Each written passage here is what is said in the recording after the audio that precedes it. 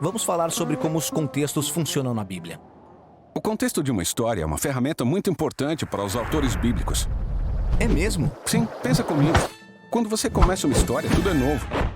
O enredo e os personagens são um mistério até tudo se desdobrar. É verdade, não faço nem ideia do que esperar. Os autores usam o contexto de uma história para nos preparar para o que ainda vai acontecer. Como assim? Imagina que uma história começa no tribunal. O que você acha que vai acontecer? Eu acho que será uma história sobre crime e justiça. Isso. E se o contexto for uma casa velha, escura e caindo aos pedaços? Aposto que algo assustador vai acontecer. Exato. Contextos evocam memórias e emoções por causa de outras histórias que conhecemos e que aconteceram em lugares semelhantes. Os autores sabem disso e podem usar contextos para gerar expectativas sobre o que poderia acontecer na sua história. E um bom autor é criativo no uso dos contextos e usa as nossas expectativas para provar seu ponto. Isso acontece na Bíblia? Na Bíblia inteira. Por exemplo, pense no contexto do Egito na Bíblia. É o grande império do Oriente Médio às margens do Nilo. Isso. Agora pense na primeira história bíblica em que alguém chega ao Egito. É na fala de Abraão.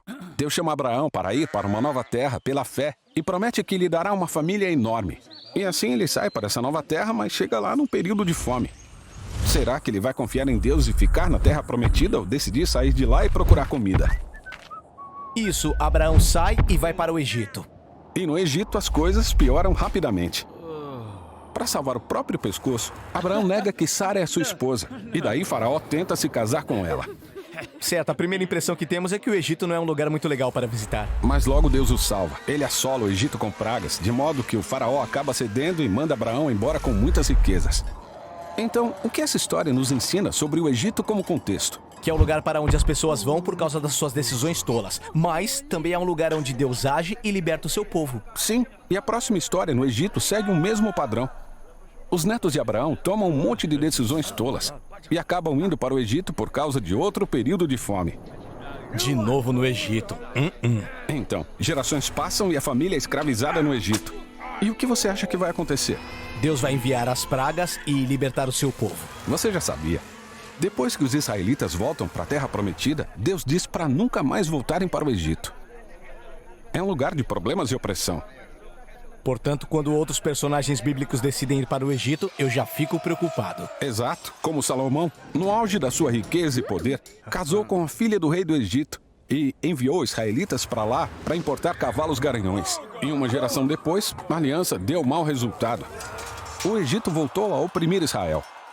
Então os contextos bíblicos trazem com eles todas as memórias de histórias anteriores e isso gera expectativa. Sim, o artifício literário que dá mais significado às histórias. Os autores bíblicos são geniais. Eles geram expectativa, mas acabam com elas de maneira criativa. Como assim? O Egito é um exemplo perfeito. No Evangelho de Mateus, quando Jesus nasce, sua família foge para o Egito. Problema chegando. Parece que sim, mas presta atenção. Em vez de ser um lugar ruim, o Egito é um lugar de segurança. Por quê? Eles fogem de quem? Do rei Herodes, que está se comportando exatamente como o faraó, sendo que ele governa Jerusalém e não o Egito.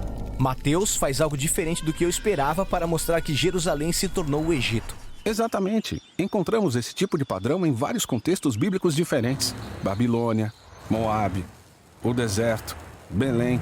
A lista é enorme. É uma análise tanto. E fica maior, porque às vezes o contexto não é um lugar no mapa, é uma situação específica.